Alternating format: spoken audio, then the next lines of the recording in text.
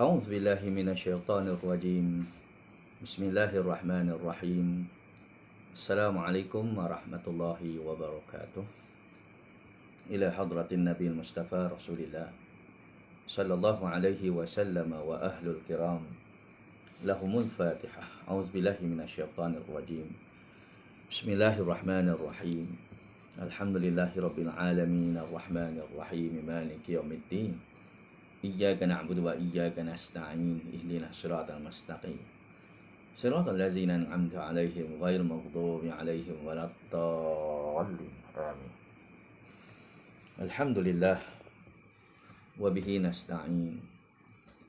أشهد أن لا إله إلا الله وحده لا شريك له وأشهد أن محمدا عبده ورسوله.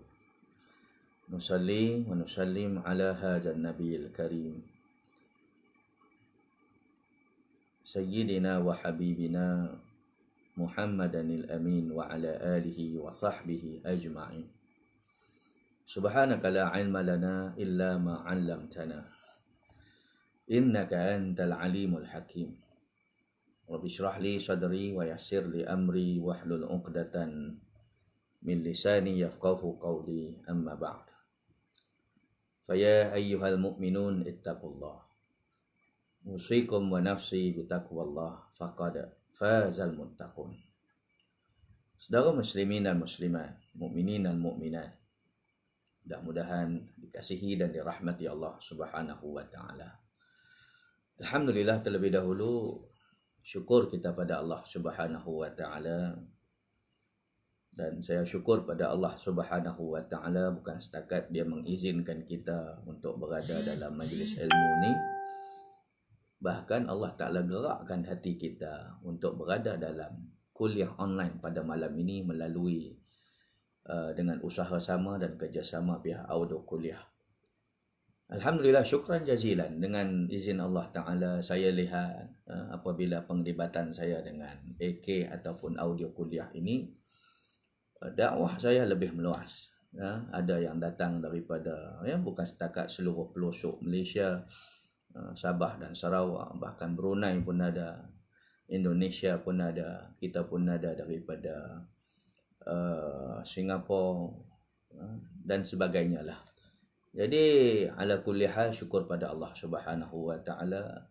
Apa yang kita mahu supaya setiap tutur kata ataupun ilmu yang mungkin dapat dimanfaat kepada orang lain lebih tersebar dengan mudah sekali dengan cara teknologi yang ada lah ni.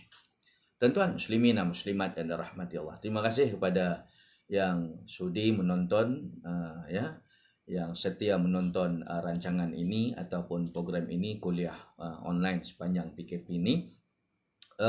Tadi saya baru dapat maklumat daripada pihak Kementerian Pelajaran. Saya sebagai penjawat awam dan guru di sekolah, insya-Allah kami guru-guru satu Malaysia dikatakan tadi, setakat ini makluman yang kami terima, kami akan mula bertugas balik semula ke sekolah mulai hari Isnin depan. Ya. Jadi insya-Allah lah saya akan cuba teruskan juga kuliah online kita ni walaupun saya dah mula bekerja.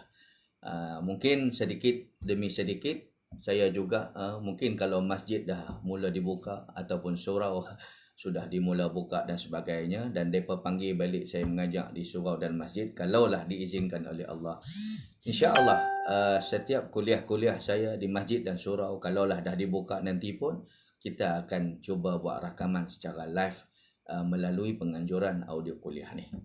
Tuan-tuan muslimin dan muslimat yang dirahmati Allah. Jadi seperti biasa malam ini, tuan-tuan, seperti mana yang kita janjikan pada kuliah kita yang semalam, kita akan teruskan tentang kuliah kita, masih lagi membincangkan asma yaumul qiyamah. Nama-nama hari kiamat yang cukup banyak, lebih daripada 100 tuan-tuan nama kiamat ni. Jadi kali ini kita baru masuk nama kiamat yang ke-11 ke ke-12 dan sebagainya. Kalau semalam kita berbicara tentang nama kiamat yang berbunyi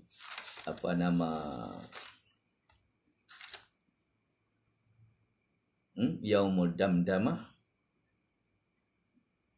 Kali ini, hari ini kita akan cuba berbicara dan menjelaskan tentang nama kiamat yang seterusnya yang berbunyi ataupun yang bernama Yaumus Sa'iqah.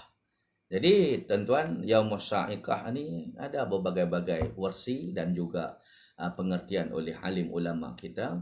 Ada yang kata Yaumus Sa'iqah adalah hari halilintar, hari gemuruh, hari yang sangat kecoh.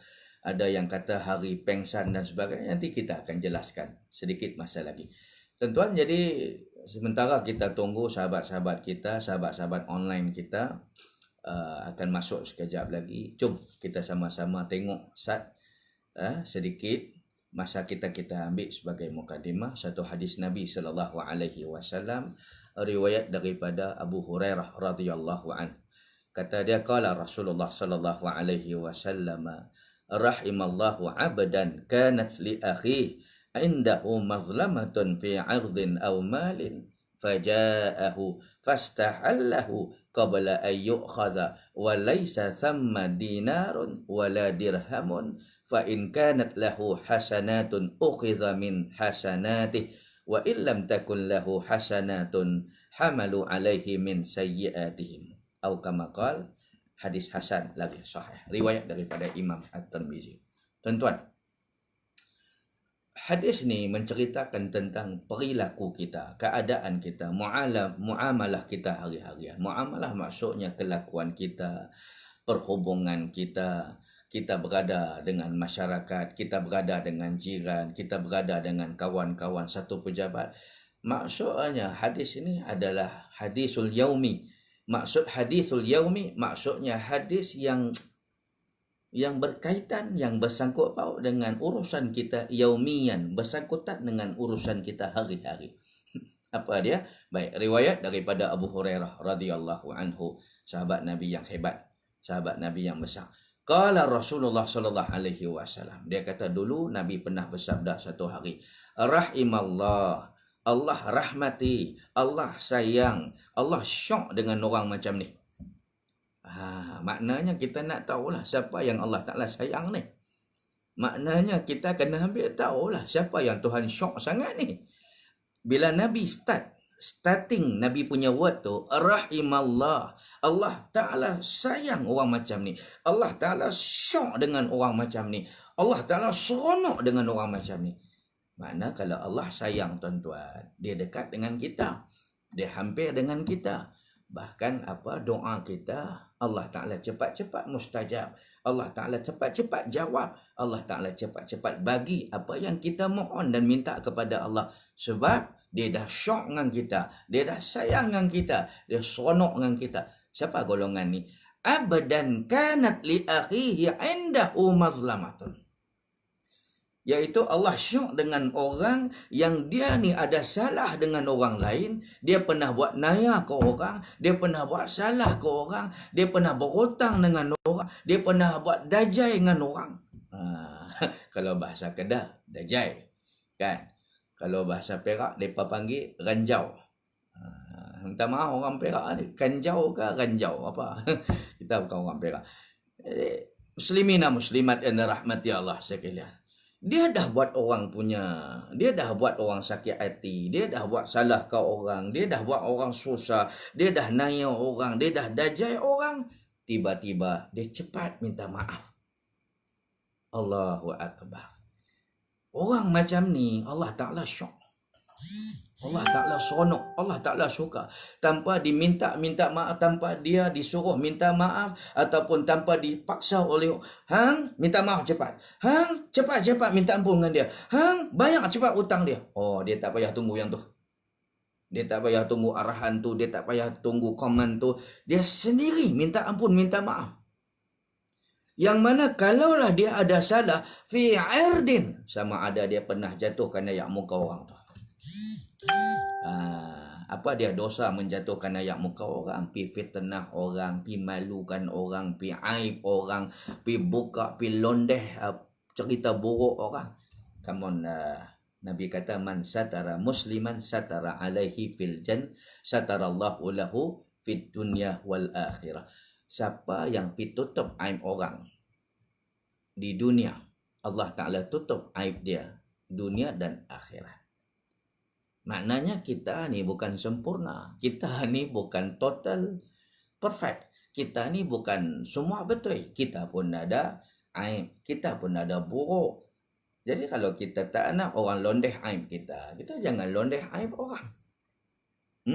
Maka dia ni dulu pernah fitnah orang. Dulu dia pernah aibkan orang. Dulu dia pernah buka cerita buruk pasal orang. Dulu dia pernah malukan orang tu. Fi ardin au malin. Ataupun dia pernah buat salah dari segi harta orang. Apa dia? Pernah curi ke? Pernah hutang ke? Tuan-tuan, hutang ni kita ada sebut dulu. Hutang ni dia boleh jadi pahala, dia boleh jadi dosa. Hutang ni harus hukumnya idza tadayantum bidainin faktubu ila ajalin musamma. Kan Allah Ta'ala kata kalau sekiranya hang berhutang, maka sunat muakkad kita ni faktubuh, tulis apa hutang kita tu. Kan? Maknanya hukum harus. Jadi hutang yang berpahala apabila kita tunai janji kita tepat pada waktunya. Nak bayar berapa hari bulan? 30 hari bulan. 30 hari bulan tu kita bayar. Tanpa kita tunggu orang tu minta dengan kita. Yang ni penghutang yang baik. Rekod yang bagus. Sebelum orang tu telefon kita, sebelum orang tu tanya kita, "Oi, hutang aku bila nak bayar?" Dia bayar dah. Dia tetap janji dia. Dia tepati janji dia. Ataupun dia awaikan janji dia. 25 hari bulan dah bayar lah. Tuan punya hutang ni pun, kan? Aku tengok duit dalam akaun aku dah masuk. Hang baru masuk lah duit lagi tu. Kata nak bayar 30 hari bulan. Ni baru 25 hari bulan. Hang biar betul yang ada duit. Kena bayar hutang ni. Tak apa bang, saya memang ada duit. Tak apa. Tengah-tengah ada duit ni saya bayar lah. Apa? Tak ada. Saya tak nak nanti, takut-takut nanti terpakai masa 30 hari bulan nanti. Ini si penghutang yang berpahala. Yang pertama dia tunai janji dia. Yang kedua dia buat macam mana? Dia buat kawan tu tak tertunggu-tunggu. Maknanya dia tak nak nanya orang tu. Dia tak nak orang tu jadi susah. Ini penghutang yang berpahala. Bagaimana pula penghutang yang berdosa ataupun penghutang yang dianggap sebagai zalim dalam agama apabila dia tinggalkan kesusahan kepada orang yang memberi hutang kepada dia. Itu duit orang tu, bukan duit hang. Kenapa pula hang jadikan orang yang memberi hutang kepada hang itu macam peminta sedekah? Kan? Sampai 30-40 kali telefon kita. Tiap-tiap kali telefon kita, dia bunyi suara yang sama. Nombor yang anda dial tidak dapat dihubungi. Nombor yang anda dial cannot reachable, tidak dapat dihubungi. Nombor yang anda dial tak dapat dihubungi. Masa minta hutang dengan dia dulu, bukan main senang hang boleh cakap dengan dia. Bukan main senang dia boleh bercakap dengan hang. Tiba-tiba bila dia tuntut hutang dengan hang, pasal apa pula dia jadi susah nak telefon hang. Dia ni macam dah peminta sedekah. Duk tak ada tangan, minta duit dia sendiri. Bukan duit hang, duit dia. Kenapa waktu hang susah, dia boleh bantu, dia boleh mudahkan kerja hang. Tiba-tiba waktu dia susah, hang susahkan dia balik. Hang bebankan dia balik. Anak dia nak masuk universiti kena bayar yuran. Anak dia nak masuk asrama penuh dia kena bayar yuran. Dia nak bayar sewa rumah. Dia nak beli lauk pauk untuk anak isterinya. Anak dia nak exam. Macam-macam nak kena bayar. Tiba-tiba dia perlukan duit yang hang pinjam tu. Hang tak mau bagi. Walhal hang ada duit. Hang tak bagi kat dia. Duit tu hang dah guna untuk apa? Duit tu bukan hang guna untuk wajib pun. Duit tu hang guna untuk hobi hang, untuk minat hang. Hang hobi basikal, hang beli basikal baru. Saya bukan nak beli siapa-siapa, tapi ada jenis perangai macam tu, manusia macam ni. Dia hobi, dia suka belah ikan arowana mahal-mahal tu. Dia pi guna duit yang sepatutnya dia pi bayar hutang tu untuk hobi dia. Kan? Hobi dia belah burung, dia beli burung. Hobi dia belah ayam, dia beli ayam. Hobi dia pancing, dia beli peralatan pancing dia. Tu dia menggunakan duit yang sepatutnya dia bayar hutang. Tiba-tiba dia menipu pula kawan tu. Oh, aku tak ada duit lagi. Aku tak ada duit lagi. Memanglah tak ada duit. Pasal duit yang sepatutnya hang bayar hutang tu, hang dah guna pada tempat yang belum fardu. Yang pada benda yang bukan fardu. Pada benda yang bukan wajib pun. Nampak? Penghutang yang macam ini haram di sisi Islam. Nampak? Muslimin dan muslimat dan dirahmati Allah. Inilah yang dikatakan kesalahan dari segi harta benda. Ada kesalahan dari segi maruah, ada kesalahan dari segi harta. Maka Allah Subhanahu wa taala, Nabi sallallahu alaihi wasallam kata, rahimallah. Allah syok dengan orang macam ni. Allah sonok dengan orang yang macam ni. Kanat li akhiha indahu mazlamatun. Dia ada salah dengan orang. Dia ada silap dengan orang dari segi maruah. Dia pernah jatuhkan ayak muka orang, dia pernah malukan orang, dia pernah pedajai orang, dia pernah macam-macam orang. Au malin, ataupun dia pernah terambil duit orang, dia pernah berhutang dengan orang. Tiba-tiba dia minta maaf. Tuan-tuan, hangat pula bilik ni. Sat, nah. Faja'ahu fastah'allahu. Tiba-tiba dengan rendah diri, dia pergi minta, dia pergi cari kawan tu, dia pergi cari kawan tu balik.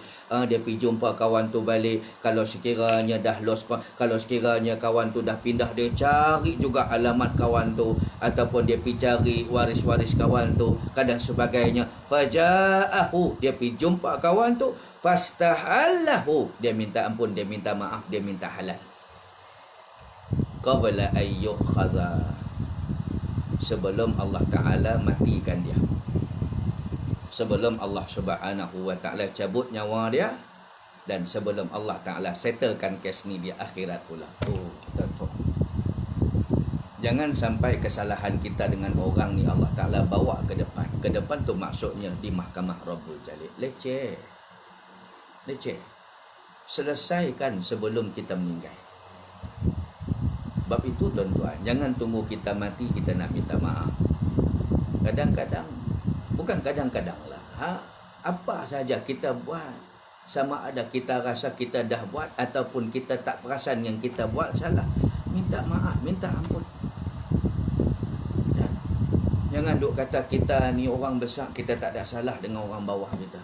Jangan kita ni orang agama, orang alim, ustaz, tok guru, kita tak ada salah dengan orang. Kita duk tepuk dada kita, aku tak ada dosa, aku tak ada dosa, aku orang berilmu, aku orang alim, mana mungkin aku ada salah dengan orang. Jangan lagu tu. Nama kata manusia tak lari daripada dosa dan juga kesalahan. Muslimin dan muslimat dan dirahmati Allah Subhanahu wa taala. Kalau Nabi sallallahu alaihi wasallam sendiri pun dia maksum. Ingat tak Nabi sallallahu alaihi wasallam sebelum dia wafat, dia sendiri tanya kepada para sahabat, ada tak di kalangan hangpa nak tuntut kesalahan dengan Nabi? Aku ada buat salah dengan hangpa, aku ada berdosa dengan hangpa yang aku sedang ataupun ada tak ada? Muslimin dan muslimat dan rahmati Allah sekalian. Mai satu orang sahabat, dia kata, ada ya Rasulullah, Tuan pernah pukul saya dulu. Nabi minta orang tu pukul dia balik. Kan? Sahabat-sahabat Nabi terkejut. Dia kata, gamak ke hang nak pukul Rasulullah, hang nak balik? Antaranya Saidina Umar. Saidina Umar paling marah sekali dengan kawan yang nak tuntut kesalahan dengan Nabi itu. Dia kata, ya Rasulullah, Tuan pernah pukul hamba dulu. Kata Nabi kata, tak apa, pukul aku balik. Saidina Umar halang dia. Saidina Umar kata, hang ni gamak ke nak pukul Rasulullah, dia tengah sakit ni. Sahabat-sahabat Nabi, so Nabi kata, tak apa, nanti aku tak nak nanti diadili di padang mahsyar. Itu Nabi, tuan-tuan.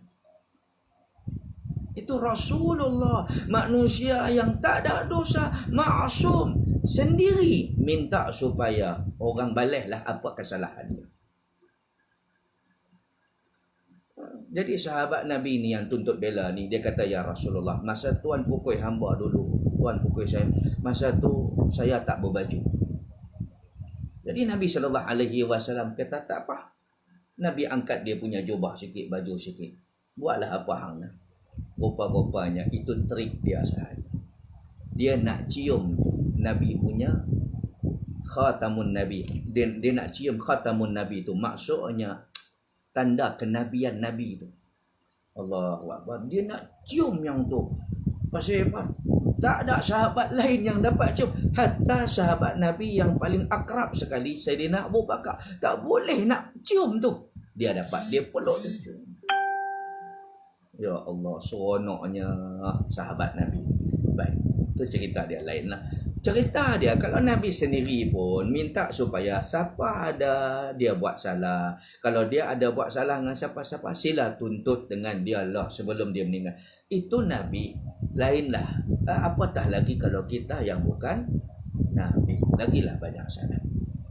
Jangan pula kata kita ni ustaz, kita tak ada salah dengan orang. Jangan kata pula kita ni tok guru, kita tak perlu minta maaf dengan orang. Sama ada kita salahkah ataupun tak rasa salah, minta ampun, sebab pahalanya, rewardnya, ganjarannya, Nabi kata rahimallah. Allah Ta'ala balas balik dengan Tuhan syok dengan orang macam ni, seronok dengan orang macam ni, sayang dengan orang macam ni. Kalau Tuhan dah sayang kita, tuan-tuan, agak-agak doa kita Tuhan nak tolak. Makbul banyak. Sebab dia dah seronok dengan kita, dah syok dengan kita, dah seronok, dah suka dengan kita. Nampak? Qabla ayyuk khaza, sebelum Allah Ta'ala bawa kes ni di padang mahsyar. Walaysa thamma dinarun wala dirhamu. Di akhirat nanti tak ada dirham, tak ada dinar, tak ada wang ringgit untuk menembus kesalahan kita. Tuan-tuan, ini yang saya maksudkan apa dia? Dosa kita sesama manusia. Dosa kita dengan Allah lain, dosa kita dengan orang lain. Satu, kita gelar hablum minallah, hablum minan nas. Hablum minallah, hubungan kita dengan Allah. Dosa pun dosa berkait dengan Allah. Contoh, tak sembahyang, tak puasa, tak zakat, tak pergi haji. Yang tu kita terus direct dengan Allah minta ampun. Dan Allah Ta'ala kecuali dosa syirik dengan dia, yang lain semua Tuhan boleh kautim, boleh settle. Sebab Tuhan janji dah, innallaha ghafurur rahim. Allah Ta'ala tu maha ghafur, maha pengampun, rahim, maha penyayang. Dan Allah Ta'ala pi mana pun kita, dia tetap maha satu. Saya duduk di Gopen, Tuhan satu. Saya lari pula ke Sungai Petani, Tuhan satu. Lepas tu saya pi pula ke Sepadan Siam, Tuhan tetap satu. Kemudian turun balik, saya pi Kuala Lumpur, Allah satu. Kemudian saya pergi ke JB pula, Tuhan satu.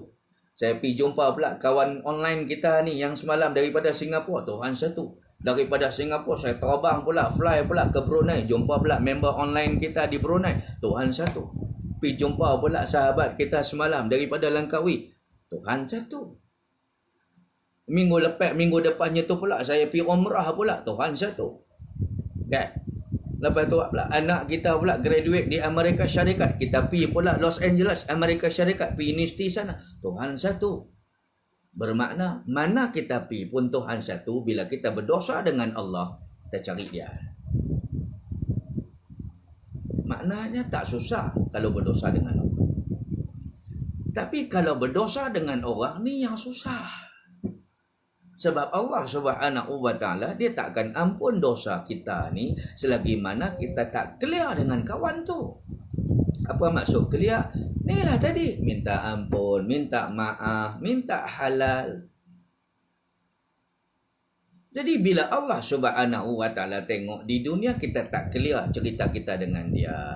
Apa cerita kita dengan dia? Kita pernah curi duit dia, kita pernah berhutang dengan dia, kita pernah pukul dia, kita pernah dajai dia, kita pernah naya dia, kita pernah rosakkan rumah tangga dia dengan fitnah, kita pernah rosakkan dia punya perniagaan dengan fitnah-fitnah yang kita tabung dan sebagainya.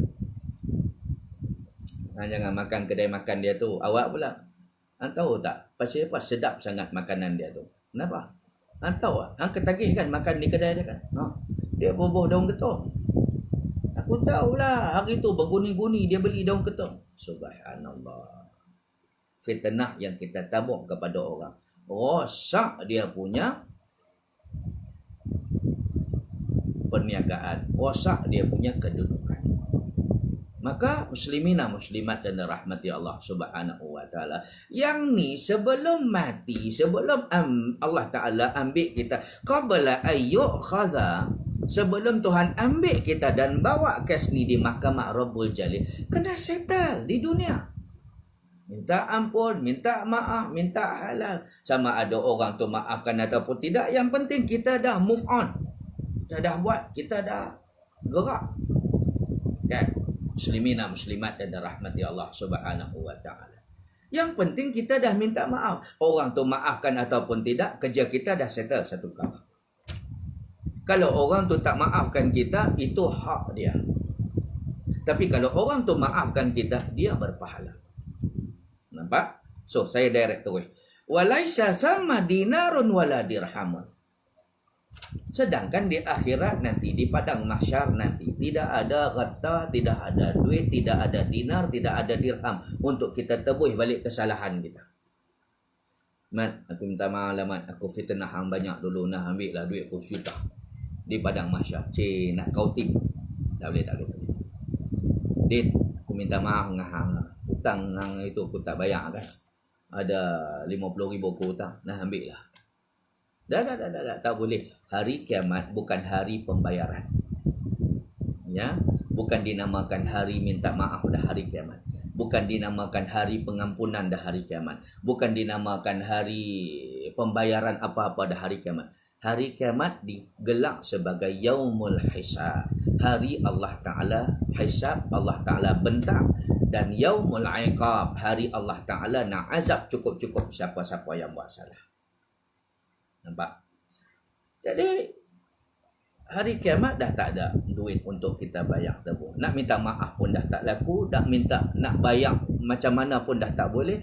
Fa in hasanatun ukhiza min hasanatih.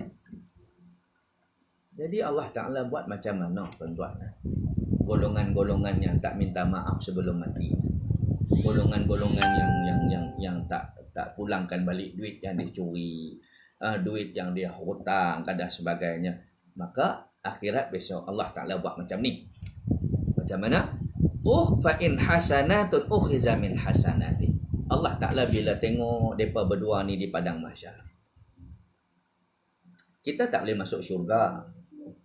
Walaupun dosa kita dengan Allah semua settle dah. Dosa dengan Allah Ta'ala mudah settle. Sebab innallaha ghafurur rahim. Allah Maha Pengasih, Maha Pengampun dan Maha Penyayang. Betul? Dan kecuali dosa dengan syirik aja. Yang lain semua Allah Ta'ala boleh settle. Tapi dosa dengan orang, Tuhan tak boleh settle kecuali kita settle down dengan dia dulu. Jadi 2 kali kerja. Dengan Allah 1 kali kerja. Dengan manusia 2 kali kerja. Kita kena minta ampun dengan dia, minta maafnya. Aku minta maaf banyak-banyak.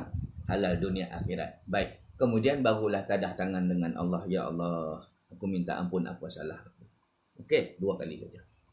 Itu yang pertama. Dahlah 2 kali kerja kena buat. Yang kedua pula, orang berapa ramai pula orang kita nak jumpa.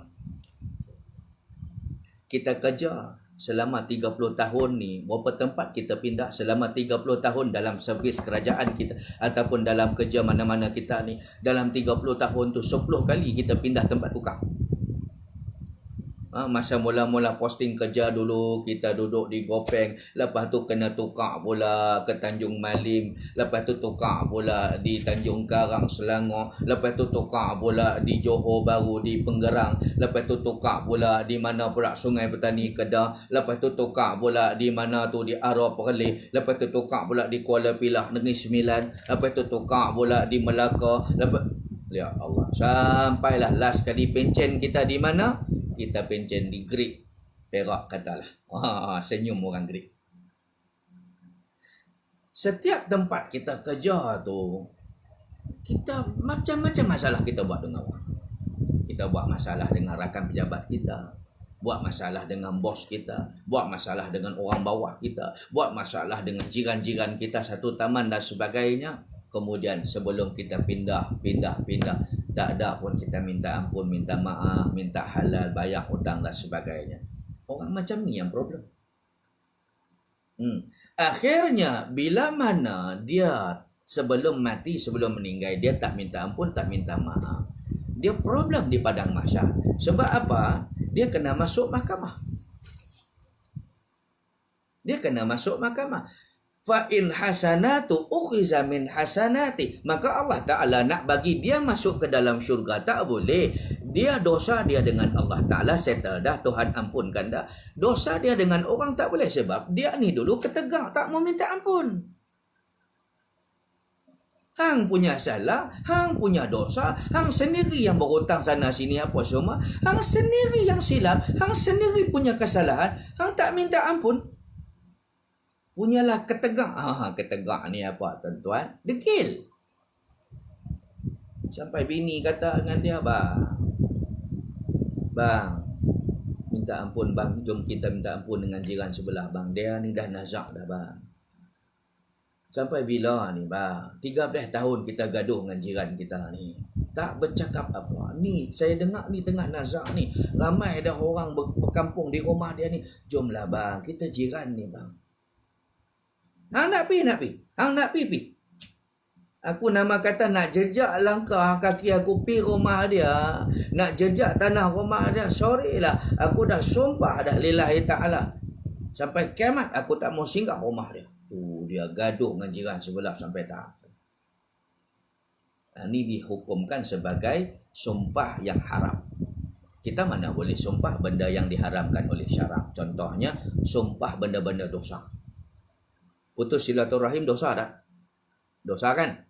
Jadi kalau kita bersumpah, aku tak mau bercakap dengan dia, aku tak mau singgah rumah dia, aku tak mau tegur dah kakak aku, haram. Sebab memutuskan silaturahim. Jadi dia kena langgar sumpah tu. Wajib dia langgar sumpah tu. Dan dia tak dikenakan kifarah sumpah. Maksud kifarah sumpah, dia kena bayar denda. Dia kan kita kalau sekiranya kita ni langgar sumpah, kita kena denda puasa 3 hari dan sebagainya tu. Jadi orang yang bersumpah terhadap perkara dosa, dia wajib langgar sumpah tu. Maksudnya jangan buat sumpah tu, apa yang dia sumpah tu. Dan dia tak perlu pun bayar kifarah. Ini dipanggil sumpah yang haram. Muslimin dan muslimat dan rahmati Allah sekalian. Akhirnya kawan tu mati tanpa dia minta maaf dan sebagainya. Kan? Akhirnya Allah Ta'ala buat macam mana di hari kiamat. Dia nak masuk syurga tak boleh. Sebab dia ada dosa lagi. Dan Allah Ta'ala tak boleh terima pengampunan di hari kiamat. Sebab hari kiamat ni bukan untuk orang minta ampun lagi dah. Dah tak laku dah minta ampun, minta maaf. Jadi Allah Ta'ala buat macam mana? Nak bagi settle juga. Nak bagi masuk juga ke dia ke dalam syurga ni. Fa'in hasanatun ukhiza min hasanat. Kalau dia ada pahala, orang yang berhutang, orang yang berdajai, orang yang menaya, orang yang buat salah dengan orang, Tuhan, Nabi kata fa'in hasanatun, kalau dia ada pahala yang pernah dia buat, dia pernah semayang, dia pernah zakat, haji dan sebagainya, ukhiza min hasanati, Allah ambil pahala dia, pergi bagi orang yang dia naya, orang yang dia berdajai, orang yang dia berhutang, orang yang dia curi duitnya dan sebagainya. Bayar dengan guna pahala. Jadi senang-senang kawan tu dapat pahala semayang kita, pahala puasa kita, pahala tahajud kita, pahala baca Quran kita. Kawan tu tak reti baca Quran. Kita ni reti baca Quran. Ramadan hari tu kita khatam Quran. La ilaha illallah, melayang kita punya pahala. Pergi ke dia. Tak penat ke tuan-tuan 30 hari punya baca Quran sampai kat dia pula. Tak penat ke 30 hari kita ni puasa, tiba-tiba Allah Ta'ala bagi pahala tu kat dia. Tak penat ke tuan-tuan, pahala sedekah kita, pahala wakaf kita, pahala bacaan Quran, pahala qiyamul lail kita, pahala kita tahajud, pahala kita tarawih. Semua bagi ke orang, bagi ke orang, bagi ke orang. Dah tak ada cara lain dah. Sebab Nabi kata walaisa samma dinarun wala dirhamun. Akhirat ni tuan-tuan, dia bukan macam di dunia. Boleh settle dengan bayar tu, bayar ni. Akhirat besok tidak ada dinar, tidak ada dirham untuk tebus kesalahan. Maka Tuhan tebus kesalahan kita ni, yang dajai orang, yang naya orang ni dengan cara macam mana? Iaitu dengan ambil pahala-pahala yang kita buat, fi bagi pahala kat. Pahala kita tu dekat orang yang pernah kita buat salah dan tidak minta ampun tu. Lainlah kalau kita minta ampun sebelum kita mati ataupun sebelum dia mati. Wa illam takul lahu hasanatun hamalu alaihi min sayyi'atihim. Allah, ni lagi dahsyat. Tiba-tiba Nabi kata, kalau sekiranya hasanat kita, pahala kita habis dah. Habis pi ke mana? Habis pi bayar ke orang yang kita hutang, orang yang kita salah ni, orang yang kita buat silap ni, orang yang kita tak minta maaf ni, orang yang kita hutang, orang yang kita tendang, lempang, tampak, pukul, apa semua kadang, asalkan kesalahan tu melibatkan manusia. Itu muamalah kita dengan orang. Hablum minan nas. Jadi Allah Subhanahu wa taala tengok-tengok pahala kita ni dah habis dah. Katalah pahala kita 1000, dosa kita dengan orang lain 2000. 1000 tolak 2000 dah jadi negatif 1000. Dah jadi defisit. Allah, banyak sangat buat jahat dengan orang sedangkan pahalanya sikit. Jadi pahala ni duk bagi ke orang, duk bagi kepada orang yang kita pukul, kita bagi kepada orang yang kita hutang, bagi kepada orang yang kita tipu, bagi kepada orang yang kita fitnah, kita dajai, kita rosakkan rumah tangga, kita rosakkan perniagaan orang dan macam-macam. Hamalu alaihi min sayyi'atihi. Allah Ta'ala ambil pula dosa-dosa orang yang kita dajai itu tadi, kita pula kena tanggung.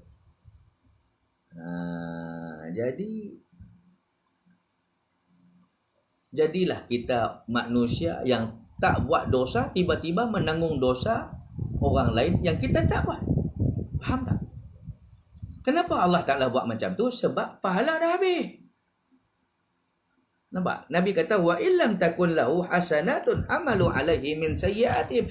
Kalau sekiranya pahala dia dah habis, pahala sikit sangat, tapi jahat-jahat kita dengan orang banyak. Pahala baru 1000, jahat dengan orang 2000. 1000 tolak 2000, negatif 1000. Defisit. Jadi macam mana Allah Ta'ala nak settle benda ni? Allah Ta'ala nak bagi juga kita masuk syurga. Jadi kita ni terpaksa tanggung dosa. Maka Allah Ta'ala ambillah dosa orang tu. Kalau orang tu tak sembahyang, kita tanggung. Kalau orang tu tak puasa, kita tanggung. Kalau orang tu tak tutup aurat, kita tanggung. Kalau orang tu pergi tengok video lucah, kita tanggung. Kalau la ilaha illallah. Jadi akhirnya kita menanggung dosa yang kita tak pernah buat. Nak ke jadi macam tu? Akhirnya masuk neraka. Bila kita dah terpaksa tanggung dosa orang, jadilah akhirnya orang tu tak semayang, terlepeh daripada kena azab tak semayang. Sebab apa? Kita dah ambil dosa dia. Jadilah orang yang sepatutnya kena azab, tak puasa, tiba-tiba dia terlepeh daripada azab itu kerana kita pula yang terima azab tu. Kita yang tanggung dosa. Astagfirullahaladzim. Sila-sila hari bulan tuan-tuan, ke neraka ni. Yalah, dah sebab menanggung dosa orang. Akhirnya masuklah dia ni ke neraka kerana menanggung dosa yang dia tak buat pun. Sebab apa? Kesilapan dia, kesalahan dia, ketegak. Degil. Tak mau minta ampun, tak mau minta maaf sebelum mati. Egonya, tak boleh bawa bincang. Ustaz dah abak dah dalam kuliah. Tok-tok guru dah abak dah. Dia masih nak lagi pegang dengan dia punya pendirian dan prinsip. Bukan tak kenal aku siapa. Minta maaf lah, aku nak mohon maaf dengan dia. Kalau nak minta maaf, nak elok, dia minta maaf dengan aku. Cakap pandai, dia yang buat salah. Tuan-tuan. Silat-silat hari bulan tuan-tuan. Ahli neraka terkejut dengan kita masuk ke dalam tu. Sebab mungkin ahli neraka ada kenal kita. Satu kampung dengan kita. Satu taman dengan kita, satu bandar dengan kita. Hello brother, lu apa hal datang sini? Ahli neraka tahulah bahasa dia kan. Hello brother. Apa cerita? Apa cer? Awak masuk sini pula. Patut masuk syurga kan? Orang surau, orang masjid, mengaji. Hang bang di azan, hang bang selalu kat surau taman kami dulu. Hang tahu tak surau tu dulu? Ingat tak dulu kejadian surau tu, dia punya tabung kena kopak dulu. Hang tahu tak siapa kopak? Akulah yang kopak dulu. Akulah yang curi duit surau dulu. Ni apa hal pula hang duduk sekali dengan aku dalam neraka ni? Ahli neraka terkejut. Sebab kita orang elok, orang baik-baik, tiba-tiba jadi ahli neraka. Na'udzubillah. Kita pakai kepiah selalu, kita ada janggut selalu, kita pakai jubah. Hari-hari orang tengok kita punya cutting cantik, cun. Dengan kita punya perwatakannya, janggutnya, misainya, pergi, ya Allah, pergi surau, pergi masjid, tak lekang dengan swabannya, ada tocang satu, ada ekor dua. Tak kisahlah tu kan. Rupa-rupanya kita hanya jaga hablum minallah, jaga hubungan dengan Allah. Kita tak jaga hablum minan nas, jaga hubungan dengan manusia. Tu kesilapan kita. Akhirnya jadi kehairanan ahli-ahli neraka. Apa hal lu berada? Kenapa lu datang sini? Ni tempat orang tak elok, ni tempat orang jahat, ni tempat ahli maksiat. Kita pun bening, kita pun garu kepala. Tak tahulah di padang mahsyar ni, ya Allah, tadi Tuhan suruh aku tanggung dosa orang tengok video lucah. Tuhan suruh aku tanggung dosa orang tak semayang. Dosa sedangkan aku tak pernah tinggal semayang. Tuhan suruh aku tanggung dosa orang tak puasa, sedangkan aku tak tinggal pun puasa. Alangkah ruginya golongan yang macam ini. Inilah yang digelar golongan al-muflisu. Mereka yang muflis di padang mahsyar. Tuan, sama-samalah kita takut dengan peringatan yang kita sama-sama dengar tadi. Mudah-mudahan mukadimah itu membawa manfaat kepada kita semua. Masya Allah.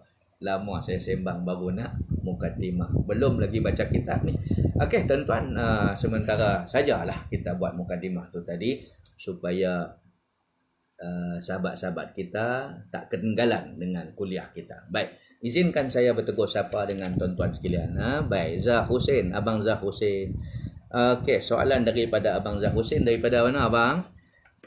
Okey, penyewa tak bayar kira hutang juga ke Ustaz? Ya, dikira hutang. Sebab kita dah ada akad.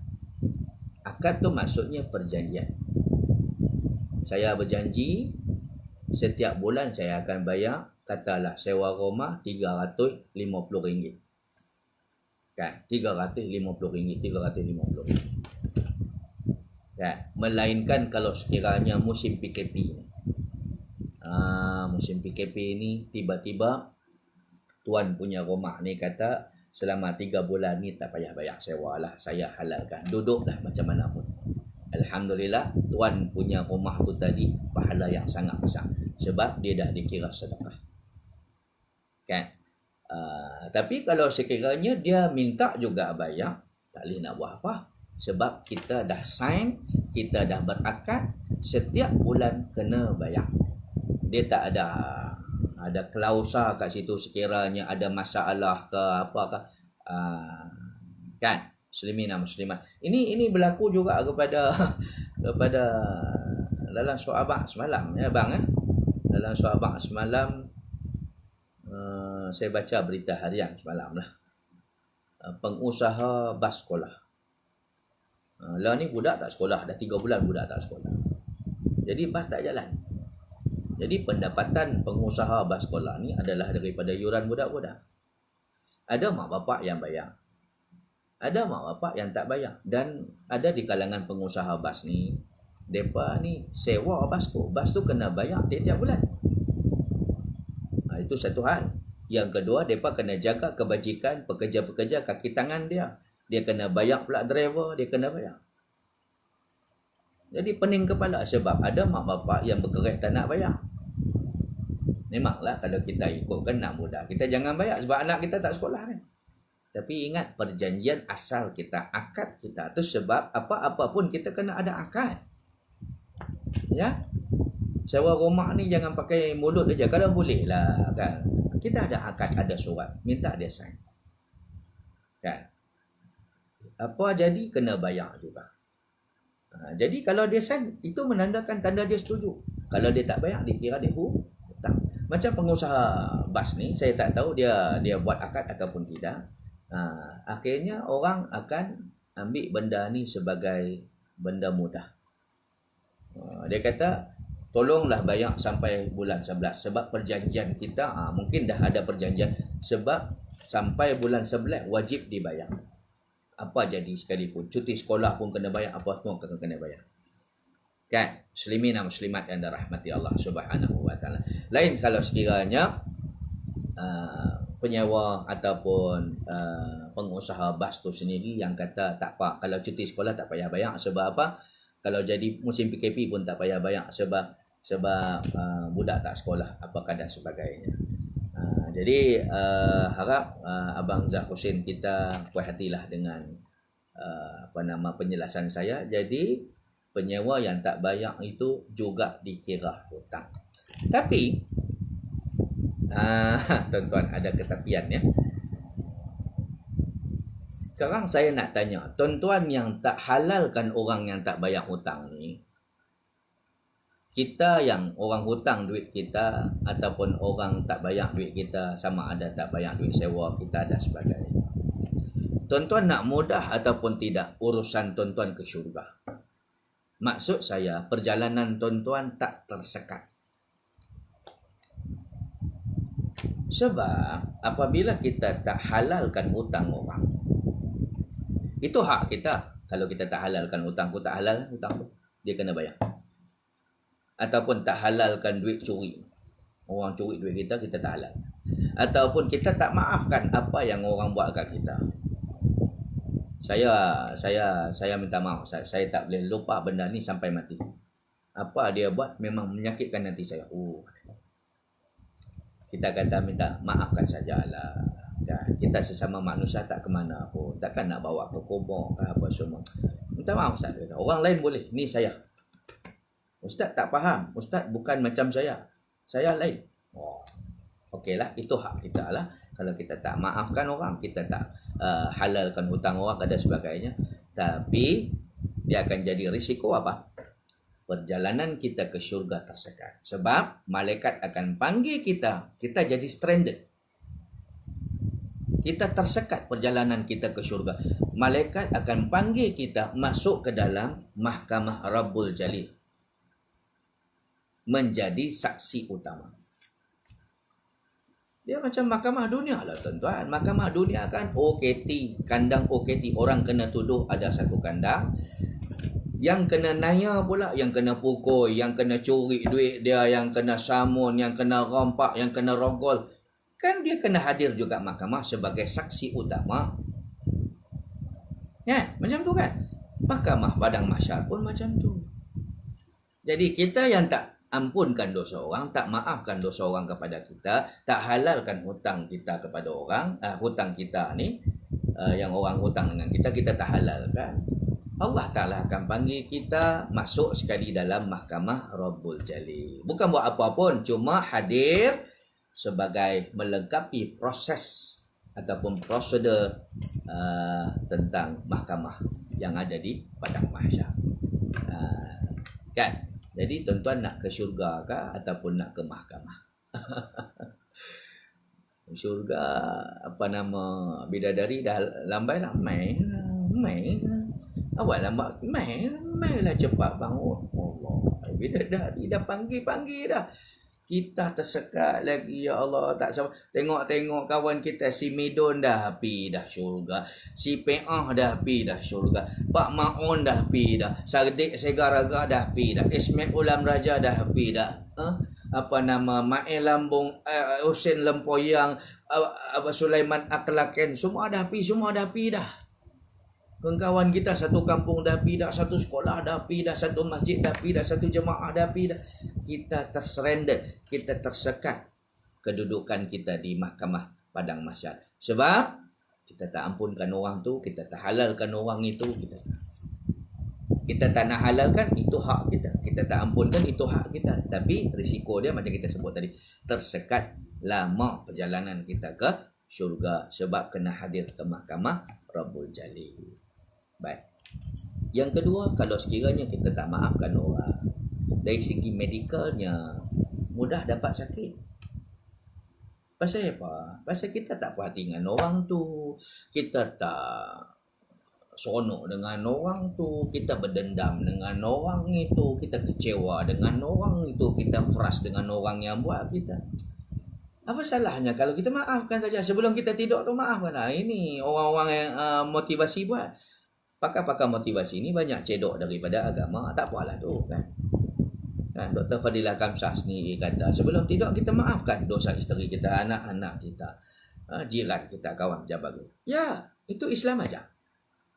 Supaya kita tak stres, supaya kita ni tak darah tinggi, kita ada penyakit, tak terbawa-bawa. Kita pun tak apalah, dia tak nak minta maaf dengan kita, kita maafkan saja. Takut nanti malam tu malam terakhir kita. Kita mati dalam keadaan tak ampunkan dosa orang, akhirnya tersekat pula pahala kita ataupun perjalanan kita nak masuk syurga. Dan dia pula terpaksa berjumpa kita di padang mahsyar. Maafkan sajalah. Dan kan seronok, tak apalah, dia tak minta maaf dengan aku, aku dah maafkan dah. Aku tahu dia buat salah, tak apa, aku maafkan. Alhamdulillah tuan-tuan. Pagi besok kita bangun daripada tidur, hidup kita tenang, elok, damai, seronok. Kan? Okey. Baik, tuan-tuan, clear? Okey, baik. Kak Zah daripada Taman Bertuah. Apa abang orang Ipoh, hujan berhenti dah belum? Alhamdulillah. Okey, baik, seterusnya Khalidun Kasban. Waalaikumsalam. Waalaikumsalam abang Khalidun. Oh, tu dia tulis peminat utama lagi. Baik, Zah Hussein. Waalaikumsalam daripada Pekan ya abang ya. Oh, tadi minta maaf lah saya tanya abang daripada mana, saya tak baca, saya tak scroll up tadi. Makcik Melaka kita, alhamdulillah hadir Ustaz. Melaka cerah hari ni, tak hujan. Allahu akbar. Kami daripada pagi di Ipoh ni, di Kopeng ni, di Perak ni, sebelum subuh tadi sampailah saya ingat asar baru berhenti kot. Tak apalah, ada kebaikannya tu di sisi Allah. Baik, Faiz Ilmi. Terima kasih Faiz Ilmi daripada Teluk Intan. Okay, sahabat kita Abdul Rahim bin Saleh, wa alhamdulillah, terima kasih sudi menonton. Kemudian seterusnya Ashrik Tray. Ashrik Tray ni daripada Pekan Pahang Saya tak ingat lah. Waalaikumsalam. Oh, JB minta maaf. JB hujan lepas asar sampai sekarang. Oh, kami lepas asar baru berhenti hujan. Daripada sebelum subuh tadi depa ni hujan turun tak berhenti. Tak apa, ada rahmat di sisi Allah Subhanahu wa taala. Baik tuan-tuan, boleh kita teruskan kuliah kita. Okey, seperti mana yang kita janjikan semalam, kita berjanji untuk membaca nama hari kiamat yang seterusnya yang dipanggil Yaumus Sa'iqah. Kalau ikut kitab Bahrul Mazi ini katanya adalah hari pengsan, kerana pengsan mereka itu di dalam langit dan juga bumi. Baik. Setengah pendapat mengatakan Yaumus Sa'iqah bermaksud hari halilintar. Bunyi halilintar, bunyi peti menyambar. Ataupun sampai menyebabkan manusia pengsan. Bunyi kalau dimaksudkan pengsan, maksudnya depa pengsan tu kerana terdengarnya bunyi sangkakala. Yang dikatakan pengsan ni bukan apa, mati sebenarnya. Disebut pengsan di sini sebab kita boleh bangun balik. Kan? Itu pada pandangan ulama lah. Baik, maksudnya apabila bunyinya sangkakala yang pertama, kita mati. Kan? Dan dikatakan juga pengsan sebab apabila 40 tahun kemudian, disebut dalam kitab ni, 40 tahun kemudian Allah Ta'ala bangunkan balik semula, Allah Ta'ala hidupkan balik semula malaikat yang bernama Malaikatul Israfil. Malaikat Israfil untuk tiup sangkakala yang pertama, untuk tiup sangkakala yang kedua, dan kemudian kita bangun balik daripada pengsan kita tadi itu, daripada tidur kita tadi itu. Kan? Baik, muslimin dan muslimat dan rahmati Allah. Bahkan saya seling di sini sikit, kata ulama bahawa semua apabila terdengarnya bunyi sangkakala ni, yauma yunfakhu fis suri fatatuna afwaja, hari yang mana dimulakan dengan tiupan sangkakala, fatatuna afwaja. Bila tiup sangkakala yang kedua, kita pun bangkit kemudian menuju ke padang mahsyar dalam keadaan berkumpulan-kumpulan. Baik, kata ulama di dalam kitab ni, dia kata apa? Semasa bunyi sangkakala yang pertama tu, ada 4 malaikat yang Allah Ta'ala izinkan dia tak mati dulu. Yang lain semua mampu, yang lain semua innalillahi wa inna ilaihi raji'un. Nama kata ada sahaja makhluk yang ada di langit, di udara, di darat, di lautan, di dalam tanah dan sebagainya, semua akan mati. Sebab bunyi halilintar ni, bunyi sangkakala tu, dia sangat kuat sampai seluruh alam ni kedengaran. Ya. Kecuali ada 4 malaikat yang Allah Ta'ala izinkan. Bukan dia tak mati, tapi dia lambat mati. Siapa dia? Malaikat Jibril. Siapa ada pen boleh catat. Malaikat Israfil. Malaikat Mikail. Dan last sekali malaikat maut, malaikat Israel. Saya ulang balik semula. Malaikat Jibril, malaikat Israfil, malaikat Mikail, kemudian malaikat Israel. Kenapa? Kerana keempat-empat malaikat ini adalah merupakan malaikat pada paling kanan di sisi Allah Subhanahu wa taala. Paling penting di sisi Allah Taala. Depa nak uruskan, depa nak selesaikan, settlekan urusan takbir bumi kita ni. Kenapa? Dia macam macam saya lah. Saya kerja kerajaan, cikgu di sekolah. Saya pindah sekolah, saya kena serahkan tugasan-tugasan saya di sekolah. Maksudnya settlekan mana yang tak settle lah. Itu analogi saya lah. Tapi yang ini kerana mereka ni nak macam malaikat Jibril alaihi salam, malaikat Mikail yang yang berurusan tentang hujan, kemarau apa semua. Ini kerja malaikat Mikail. Rezeki kita banyak mana tu semua di bawah pentadbiran malaikat Mikail.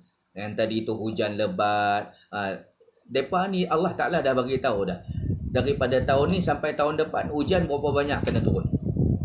Kemarau pula berapa banyak, tempat ni berapa lama kemarau, tempat ni berapa lama hujan, tempat ni berapa lama pula salji, musim sejuk dia berapa lama. Lepas tu pula kebun buah-buahan dan sebagainya, berapa banyak yang si fulan ini akan dapat hasil kebun dia, rezeki dia apa. Yang ni semua malaikat uruskan. Kan? Juga malaikat Israfil yang meniup sangkakala, ini malaikat yang paling kanan di sisi Allah, malaikat Israel yang mencabut nyawa.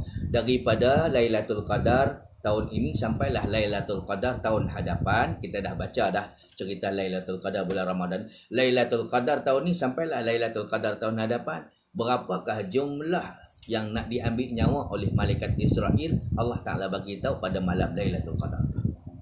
Itu yang dipanggil Lailatul Qadar, malam qadar, malam yang ditentukan. Tuhan bagi siap-siap dah kepada malaikat-malaikat yang penting-penting ni, berapa ramai nak kena cabut nyawa. Di Gopeng tempat saya ni berapa ramai, di Ipoh ni berapa ramai, di Perak ni berapa ramai, di Malaysia ni berapa ramai, satu dunia berapa ramai. Semua ni malaikat Israel dah dapat dah senarai list tu. Tu dia tuan-tuan. Baik. Jadi setelah semua malaikat ni selesaikan urusan mereka, maka Allah Ta'ala perintahkan malaikat Israel untuk cabut nyawa Jibril, cabut nyawa Mikail, cabut nyawa Israfil, dan last kali malaikat Israel cabut nyawa dia. 40 tahun kemudian, ikut kata tafsir, 40 tahun kemudian Allah Ta'ala hidupkan balik semula malaikatu Israfil. Israfil yang tiup sangkakala.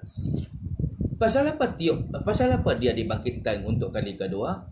Untuk dia tiup sangkakala for the second time, untuk kali yang kedua. Baik. Jadi bila ditiup sangkakala untuk kali yang kedua, maka kita bangun daripada kubur kita, mana yang terpisah daripada tubuh badan kita, semuanya akan cantum balik semula. Seperti mana sabda Nabi sallallahu alaihi wasallam. Nabi sallallahu alaihi wasallam kata, yuhsyarun nasu yaumal qiyamah.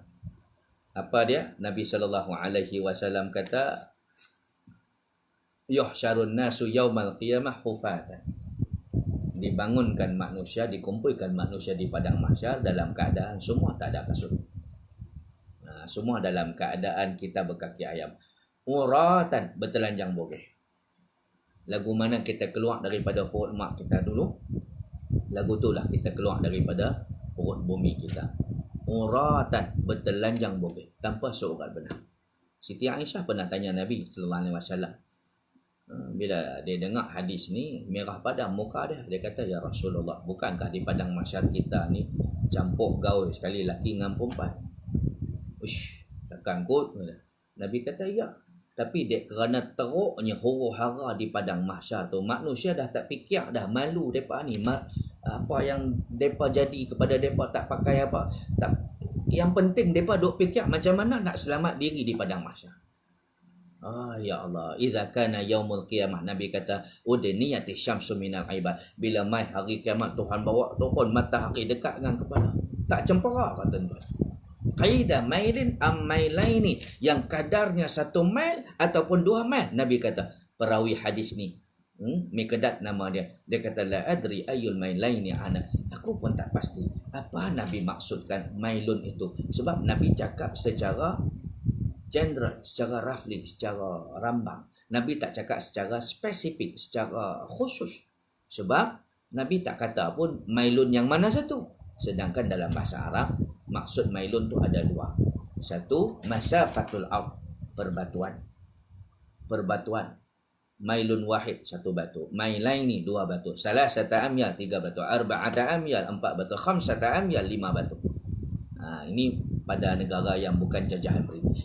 Yang British macam kita ni, kilometer. Jadi Mak Saleh pun dia pakai mile juga. 1 mile, 2 mile, 3 miles. Amil mailul ladzi tuktahalu bihil ain, ataupun batang besi yang orang guna untuk celak mata.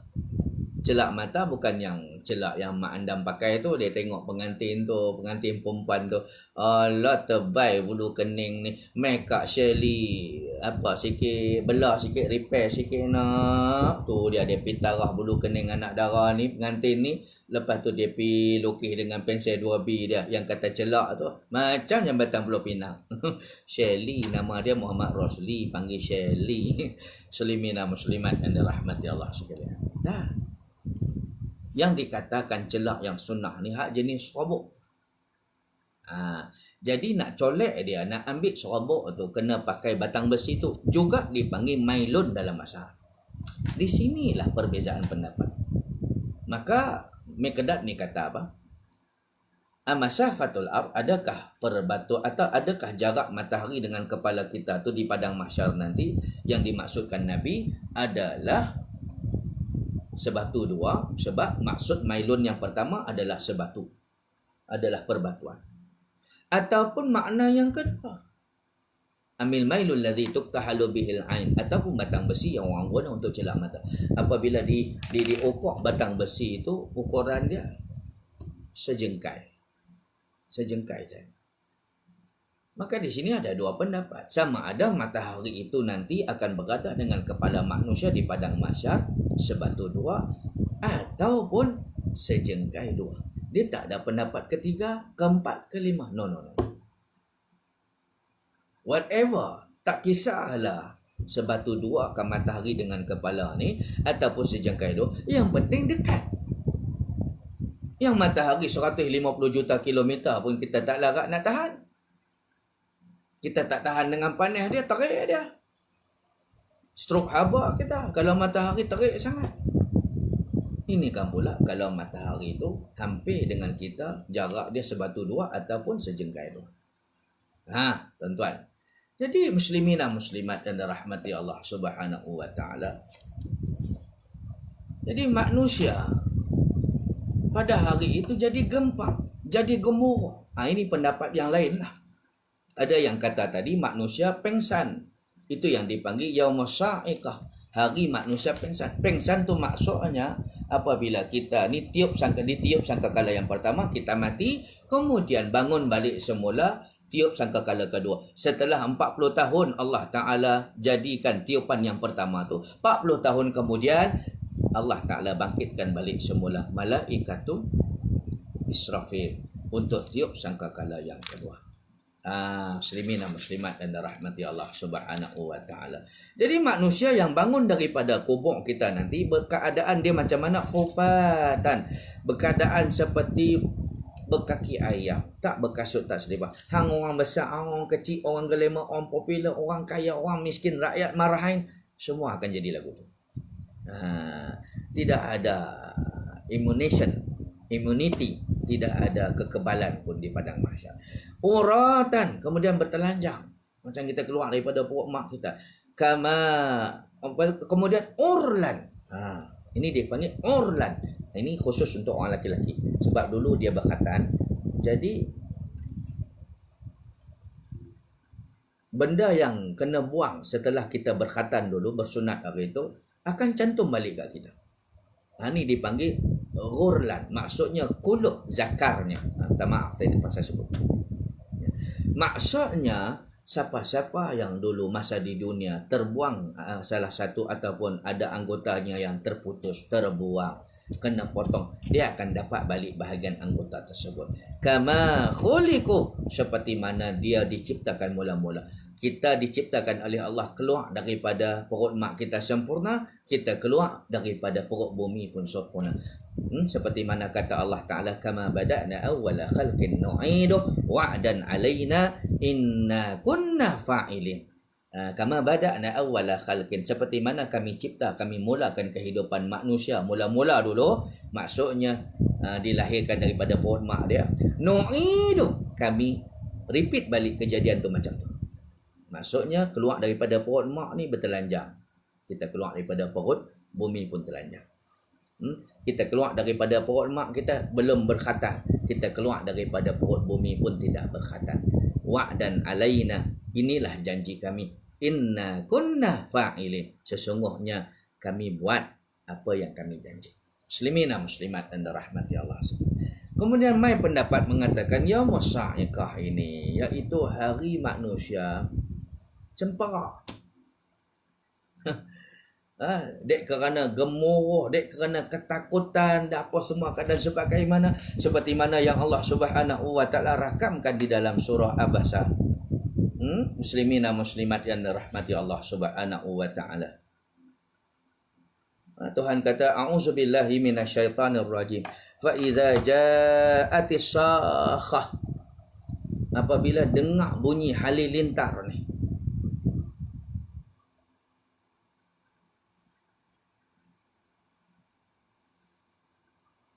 apabila kedengaran bunyi yang memekakkan, bunyi sangkakala ni, untuk kali yang kedua. Kali pertama kita bila dengar saja bunyi sangkakala, kita semua mati. 40 tahun kemudian bunyi balik semula sangkakala tu tadi. Baik, jadi Allah Ta'ala kata apa? Fa idza ja'atis sakhah, apabila datang suara yang memekakkan, yakni tiupan sangkakala buat kali kedua. Kemudian dia kata apa lagi?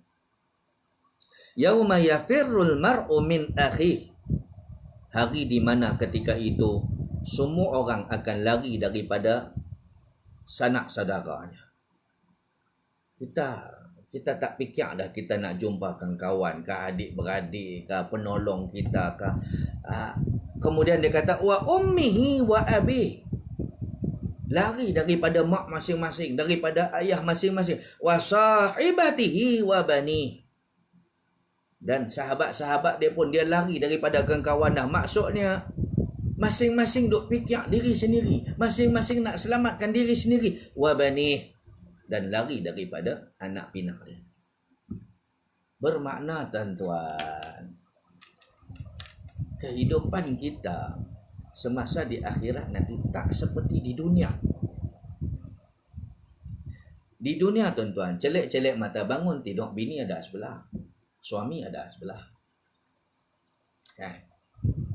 Kemudian kita pun mandi apa semua, kita pun ketuk pintu bilik anak kita ada 5 orang. Semua kita ketuk pintu dia, kemudian kita suruh depa ni bangun sembahyang subuh. Lepas sembahyang subuh kita pun mengaji Zat. Lepas tu kita sarapan. Satu meja kita sarapan, ada 7-8 orang, semua kita jumpa anak-anak kita. Ni musim PKP lah. Kan? Begitu jugalah kita keluar daripada ke rumah kita, wah, siap dah kita punya kereta kita, ada driver, dia dah panas dah enjin kereta kita. Sebab kita orang kaya, orang besar. Assalamualaikum Datuk, selamat pagi Datuk, kereta dah dipanaskan, jom Datuk sila masuk kereta. Wah, driver. Kan?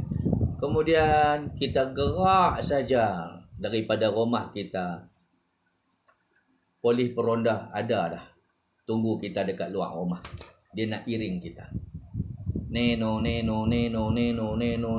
Jadi sepanjang perjalanan kita tu, semua lampu traffic light kita langgar.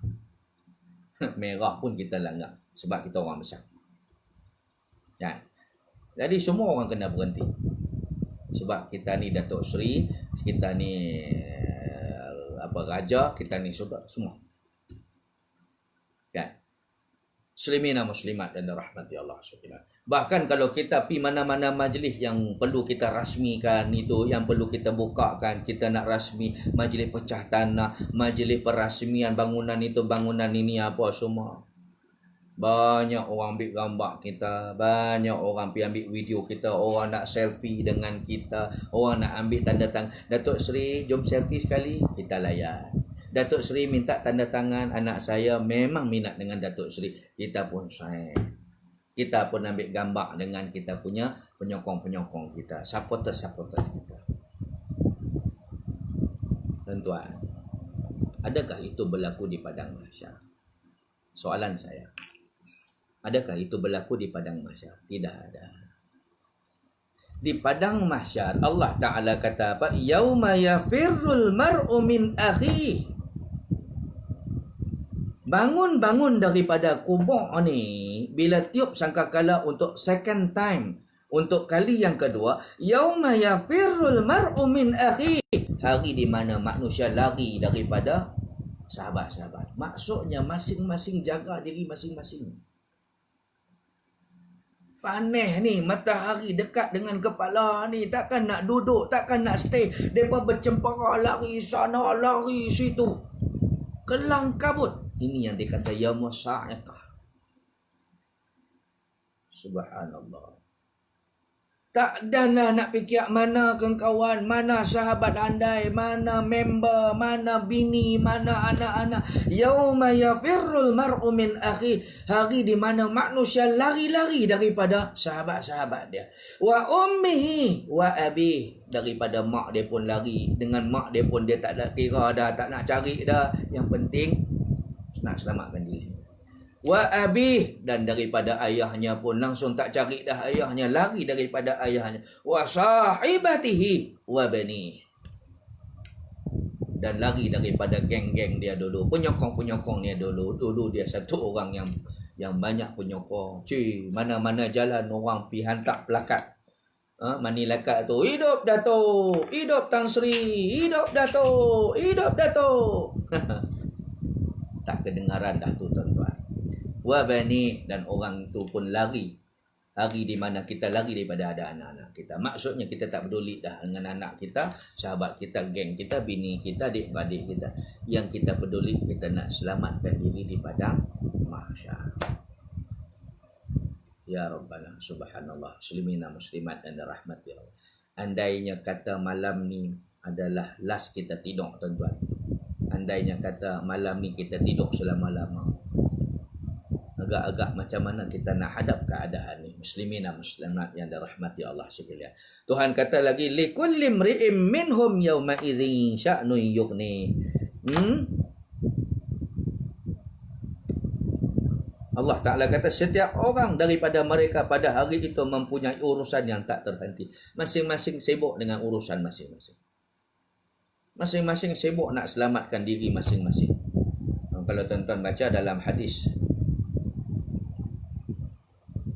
tentang huru-hara yang berlaku di padang mahsyar, oleh kerana mereka ni kena matahari yang dekat dengan kepala, dalam keadaan mereka ni in waiting, dalam keadaan mereka ni menunggu bila Tuhan nak hisap mereka, bila Tuhan nak hisap mereka, bila Tuhan, mereka tak tahu. Dalam keadaan yang sama tu tuan-tuan, tengah menunggu untuk dihisap tu, Allah Ta'ala bawa matahari dekat dengan kepala macam kita sebut tadi.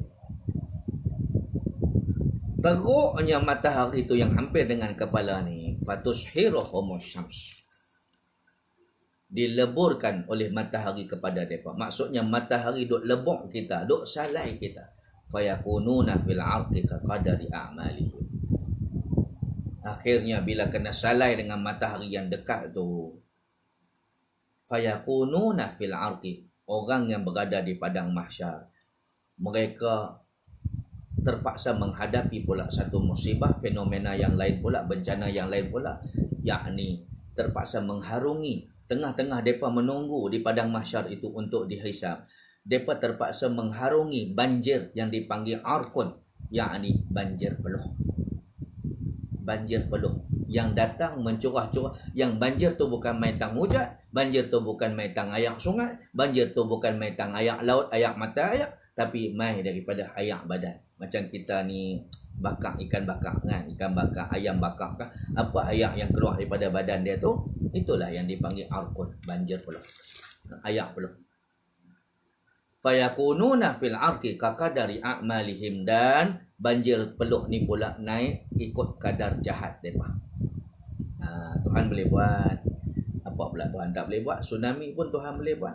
Semua habis, ranap, punah dan sebagainya, kecuali rumah dia. Kalau di Aceh tu, Masjid Baitur Rahman tu kokoh elok je, tak ada punah apa-apa. Siapa yang arahkan ayat tu supaya jangan usik Masjid Baitur Rahman tu? Allah. Begitu juga Allah yang sama, Tuhan yang sama akan menyuruh ayat ni akan naik ikut kepada peringkat jahat mereka. Fayakununa fil arqi kaqadari a'malihim, maka banjir itu naik ikut kadar jahat mereka. Faminhum man ya'khuzuhu ila aqabah, ada yang banjir tu naik takat buku lali. Faminhum man ya'khuzuhu ila rukbatai, ada yang naik takat lutut. Faminhum man ya'khuzuhu ila haqwah, ada yang naik sampai pinggang. Jahat lagi. Faminhum man yuljimuhu iljama, ada yang naik sampai rahang, maksudnya pertengahan telinga kita. Setengah daripada hadis Nabi kata ila ansafi azanihim, sampai pertengahan telinga. Wali'auzubillah. Muslimin dan muslimat dan rahmat ya Allah. Jadi manusia tak ada jadi dalam keadaan macam ni, setengah hadis, ada riwayat mengatakan apabila mereka bergelut dengan banjir peluh, bergelut dengan panahan matahari, tuan-tuan, kalau di dunia fenomena macam tu mampu dah kita. Tapi ini kita sembang tentang padang mahsyar, tentang hari akhirat. La mauta ba'daha, tidak ada mati dah selepas hari kiamat. Maksudnya siapa-siapa yang kena panas matahari itu, yang dekat dengan kepala tu, hidup-hidup Allah Ta'ala balun mereka, lunyai mereka. Sebab itu manusia ketika tu tak fikir ada mana anak aku, mana bini aku, mana sahabat. Taklah fikir. Yang fikir nak selamatkan diri. Bahkan ada hadis mengatakan Nabi tanya para sahabat. Nabi kata, ana sayyidun nas yaumul qiyamah atadruna lima zakah. Nabi tanya para sahabat, tengah-tengah jamuan, Nabi tengah makan, Nabi tanya sahabat, ana sayyidun nas yaumul qiyamah atadruna lima zakah. Apa tahu atau tidak? Aku ni Allah Ta'ala lantik di padang mahsyar nanti sayyidun nas, penghulu, maksudnya ketua kepada seluruh manusia di padang mahsyar. Maksudnya daripada Nabi Adam sampailah manusia lah sekali hidup di muka bumi, semua nanti di bawah arahan Nabi Muhammad ataupun di bawah Nabi Muhammad. Nabi Muhammad jadi ketua kepada mereka. Termasuk Nabi Adam pun jadi ketua kepada Nabi Muhammad. Jadi orang bawahan kepada Nabi Muhammad. Atadruna lima zakah. Nabi tanya, apa tahu tak tidak? Kenapa aku dilantik jadi ketua pula? Rupanya tuan-tuan, Nabi kata dalam keadaan semua manusia duk gelut, duk melarikan diri. Ni yang kata yauma yafirru mar'u min akhi, manusia yang berlari-lari, lari daripada akhi, daripada adik-beradik dia, wa ummihi, yang lari daripada ibu dia, lari daripada abihi, lari daripada ayah dia, wa sahibatihi wa bani, lari daripada sahabat dia, lari pula daripada anak-anak dia. Tak ambil kira dah depa tu. Likulli imri'in minhum yawma idzin sya'nu yughni, kerana mereka pada ketika itu Allah Ta'ala kata setiap orang daripada mereka pada hari itu mempunyai urusan yang tidak terhenti. Mereka ni tak fikir dah benda-benda tu. Adik-beradik, anak-anak beranak tak. Pasal mereka duk fikir nak selamatkan diri. Maka akhirnya mereka bila tak larat dengan keadaan huru-hara di padang mahsyar, mereka tercari-cari Nabi mana yang boleh bantu mereka. Mereka jumpa Nabi Adam.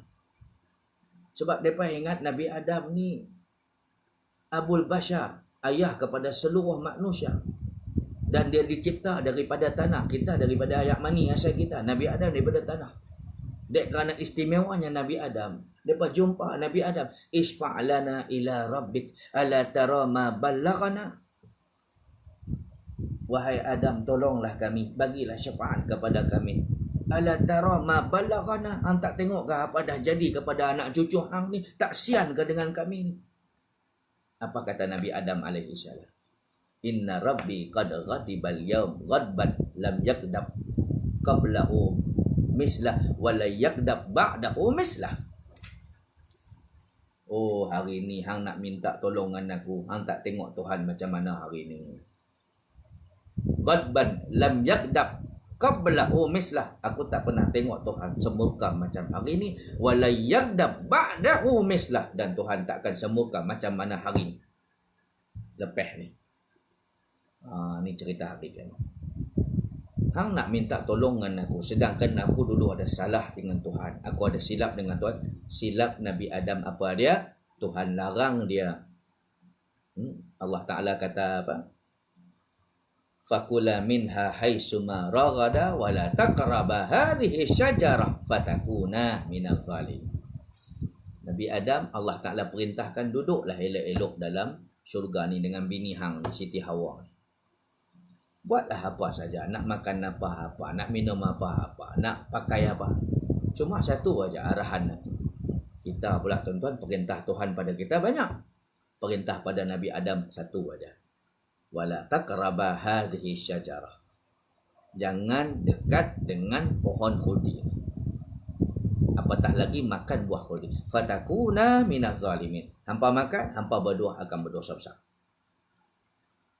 Kita perintah Allah, larangan Allah banyak. Allah Ta'ala larang kita buka aurat. Allah Subhanahu Wa Ta'ala larang kita berzina. Larang kita minum arak. Larang kita berjudi. Larang-larang, banyak larangan. Nabi Adam cuma larangan dia satu saja. Itu pun Nabi Adam kata dia tak boleh tolong. Sebab satu perintah Allah pun aku tak boleh jaga. Hampa lagi banyak perintah Allah hampa jaga. Nafsi. Aku malu nak jumpa Tuhan. Biar pergi kat aku. Let me go. Jangan kacau aku lagi. Izhabu ila ghairi. Hampa pilah jumpa Nabi lain daripada aku. Izhabu ila Nuh. Nabi Adam saja supaya jumpa Nabi Nuh alaihi salam. Mereka pun belarak lah pergi jumpa Nabi Nuh. Ni yang hari manusia dah tak fikir diri mereka dah. Mereka nak fikir pasal apa? Fikir pasal nak selamatkan diri di padang mahsyar aja. Ni belum sembang api neraka tuan-tuan. Padang mahsyar. Bila Nabi Adam tak boleh jumpa, tak boleh tolong, mereka belarak pula pergi jumpa Nabi Nuh. Kata, ya Nuh, anta apa nama abadan syakur. Dalam hadis tu dia kata, wahai Nuh, kamu ni adalah hamba yang abadan syakura. Abadan syakura, hamba yang selalu mengucapkan syukur kepada Allah Ta'ala. Isfa'lana ila rabbik, tolonglah syafaatkan kami kepada Tuhan kamu. Bawalah nama kami ni supaya kami ni dicepatkan hisap ni, kami tak larat dah ni. Ala tara ma ballaghana, tak tengok ke apa yang jadi pada kami ni, sian dengan kami. Tolonglah bagi Tuhan ni cepat sikit hal kami ni. Apa Nabi Nuh alaihi salam kata? Dia kata macam skrip Nabi Adam. Inna rabbi qad ghadibal yawm la yagdab qablahu mislah wa la yagdab ba'dahu mislah. Sesungguhnya Tuhan hari ni bukan calang-calang hot dia, marah dia. Allah Ta'ala tak seperti tak semurka seperti hari ini, dan Allah Ta'ala takkan semurka selepas ini macam hari ini. Dan aku tak boleh tolong hampa sebab aku pun ada slack dengan Tuhan dulu. Cerita dia panjang tuan-tuan, yang tu saya tak mau sembang lebih. Ada masa nanti kita akan sambung bab ni. Jadi bila Nabi Nuh tak boleh tolong, Nabi Nuh alaihi salam pula saja supaya jumpa Nabi selanjutnya. Izhabu ila Ibrahim fayatuna Ibrahim. Bila disaja supaya jumpa Nabi Ibrahim, mereka pun belarak pergi jumpa Nabi Ibrahim. Nabi Ibrahim pun kata, aku tak boleh tolong apa pun, aku pun ada masalah dengan Tuhan dulu. Apa kesilapan Nabi Ibrahim? Yang tu kita sembang lain. Kemudian Nabi Ibrahim supaya saja supaya mereka jumpa, izhabu ila ghairi, jumpalah Nabi selepas aku. Izhabu ila Musa. Mereka suruh Nabi Ibrahim jumpa Nabi. Mereka suruh Nabi Ibrahim suruh mereka ni jumpa Nabi Musa. Nabi Musa alaihi salam pun tak boleh nak tolong, angkat tangan surrender. Nabi Musa kata, izhabu ila ghairi, izhabu ila Isa fayatuna Isa. Nabi Musa suruh jumpa Nabi Isa, Nabi selepas dia. Fayatuna Isa, depa belarak pula pergi jumpa Nabi Isa. Nabi Isa pun surrender, tak boleh, tolong last sekali Nabi Isa saja supaya jumpa hero kita, Nabi Muhammad sallallahu alaihi wasallam. Dia kata, inna rabbi qad ghadiba al-yawm lam yaghdab qablahu mislah wa la yaghdab ba'dahu mislah. Tuhan hari ini sangat-sangat marah, sangat-sangat murka, dan tak pernah Tuhan semurka hari ini sebelum ni, dan Tuhan tak pernah semurka hari ini macam hari ini selepas ini. Aku tak boleh tolong hampa, nafsi, nafsi, nafsi, biar pergi ke aku, let me go, let me go, let me go. Izhabu ila ghairi, pilah jumpa Nabi selepas aku ni.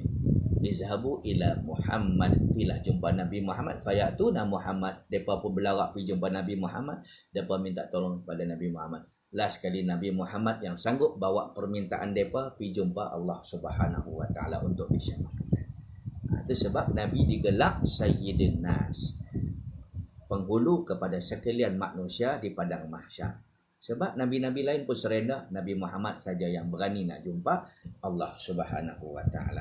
Jadi tuan-tuan, harap semua berpuas hati dengan penjelasan saya, dengan jawapan saya, ataupun dengan syarahan yang telah kita bentangkan sebentar tadi tentang nama hari kiamat yang kita sebut tadi, Yaumus Sa'iqah. Kalau tuan-tuan tengok beberapa versi, ada yang kata Yaumus Sa'iqah ni hari pengsan, kita sebut tadi. Ada yang kata Yaumus Sa'iqah ni hari gemuruh. Bangun daripada kubur, depa ni gementar, depa ni gemuruh sebab bunyi kuat sangat halilintar. Kan? Ada yang Yaumus Sa'iqah ni juga hari macam tadi kita sebut tadilah, hari depa ni mencari berlari-lari ke sana sini, hari cempara depa ni, kelang kabut depa ni. Yalah, depa ni masing-masing nak menyelamatkan diri daripada azab yang sangat-sangat dahsyat di padang mahsyar. Matahari yang dekat, lepas tu banjir peluh yang naik mengikut tingkatan dosa masing-masing. Jadi masing-masing menyelamatkan diri masing-masing. Tuan-tuan, wallahu alam. Saya minta ampun, saya minta maaf kalau saya ada kasar pada hari ini. Dan kalau sekiranya ada pihak-pihak yang terkena dengan kata-kata saya minta ampun, saya minta maaf. Bukan niat saya nak siniak siapa-siapa. Macam selalu saya sebutlah, kalau saya buat kuliah online ni tujuan nak tibai orang, nak bantai orang, nak balun orang, nak perkenalkan orang kan dan sebagainya. Saya tak boleh pahala pun. Rugilah saya. Saya nak pahala. Jadi 1 jam lebih kita bercakap ni tak ada pahala, apa guna? Kan? Jadi kalau kita niat bercakap, berceramah, nak tibai orang, memang tak boleh pahala. Kita akan dapatlah niat kita tu. Kita pun puas hatilah dah bantai orang. Kita pun puas hatilah dah tibai orang dan sebagainya. Kan? Saya memang ada kadang-kadang masa dululah kan, dulu. Sekarang tak ada lah. Masa saya mengajar di masjid, ada sahabat kadang-kadang dia tunggu saya datang. Dia tunggu dekat garage kereta tempat saya parking tu, masjid tu. Assalamualaikum Ustaz. Waalaikumsalam. Ustaz kuliah malam ni kan? Saya nak Ustaz tibai masjid malam ni cukup-cukup Ustaz. Dia pula jadi director pada saya, pengarah pula, dia pula jadi script writer, penulis skrip pula apa yang perlu saya cakap malam ni. Saya kata kalau ada masalah apa-apa kita akan cuba bagi. Tapi kalau nak suruh saya tibai orang tu, tibai orang ni, minta maaf. Saya nak mengajar, saya nak tarbiyah orang. Kalau tujuan saya nak tibai orang, saya tak boleh dapat pahala pun. Niat saya dah salah. Ya, tuan-tuan muslimin dan muslimat yang dirahmati Allah sekalian. Tapi kalau terkena juga, saya minta ampun lah. Anggap itu Allah Ta'ala hantar saya untuk tarbiyah tuan-tuan. Tuan-tuan, Allah Ta'ala gerakkan hati malam ni untuk tengok ceramah ataupun kuliah online malam ni. Rupanya tuan-tuan tergerak hati itu sebagai asbab, sebagai sebab untuk tuan-tuan nak kena tarbiyah dengan seseorang yang Allah Ta'ala hantar kepada kita. Macam saya sebelum saya buka handphone tadi, saya pun tak tahu apa malam ni nak sembang. Nak sembang apa? Saya tahu malam ni saya akan bentang tajuk Yaumus Sa'iqah. Tapi apa? Tapi tiba-tiba bila dapat je start daripada Assalamualaikum warahmatullahi tu tadi, my idea macam-macam mencurah-curah. datang melalui Allah Ta'ala campak ilham kepada saya. Mungkin tujuan nak tarbiyah tuan-tuan. Sesuatu yang tuan-tuan dah buat, Allah Ta'ala hantar saya untuk memberi peringatan kepada tuan. Jadi kalau ada terasa ke apa semua, saya abang betul-betul daripada lubuk hati saya. Berapa kali dah kita berkuliah online, kalau ada terasa hati dengan kata-kata saya minta ampun, saya minta maaf. Boleh PM saya lah kalau ada apa-apa nak menegur dan sebagainya. Dan yang kedua, kalau ada tuan-tuan guru yang mendengar ceramah kuliah online malam ni, kalau kurang ilmu saya, kurang penyampaian saya lemah dari segi itu ini ke apa semua, tegur-tegurlah saya minta ampun, saya minta maaf. Tersilap fakta dan sebagainya, tersilap dalil, tersilap ayat dan sebagainya, PM lah saya. Mohon maaf sangat. Mohon sangat-sangat siapa-siapa kalau nampak kekurangan saya, tolong abang saya. Ya, wallahu a'lam. Yang baik itu datang daripada Allah. Yang tak baik itu adalah kelemahan dan kekurangan saya sebagai manusia biasa. Wallahu a'lam. Sehingga berjumpa lagi esok malam kalau sekiranya tidak ada aral melintang. Baik. Kalau ikutkan tajuk selepas ini, tuan-tuan, setelah Yaumus Sya'iqah, kita akan membaca Yaumul Waqi'ah. Tuan-tuan sudah pasti, saya rasa tuan-tuan pun, saya yakin tuan-tuan pun pernah jumpa ataupun baca surah dinamakan Suratul Waqi'ah di dalam Al-Quran. Baik, Yaumul Waqi'ah artinya hari gempar, kerana padanya jatuh huru hara dan gempa yang bersangatan oleh azab dan siksa. Jadi tuan-tuan, esok kalau boleh, kalau sekiranya tidak ada halangan saya berkuliah esok, tuan-tuan sila bawa sekali tafsir Al-Quran. Tafsir Al-Quran, sebab kita akan cuba membaca tafsir surah Al-Waqi'ah. Ayat-ayat yang ada kaitan dengan tajuk kita ni, yakni Yaumul Waqi'ah, hari Allah Ta'ala bagi gempa yang sangat-sangat gempa.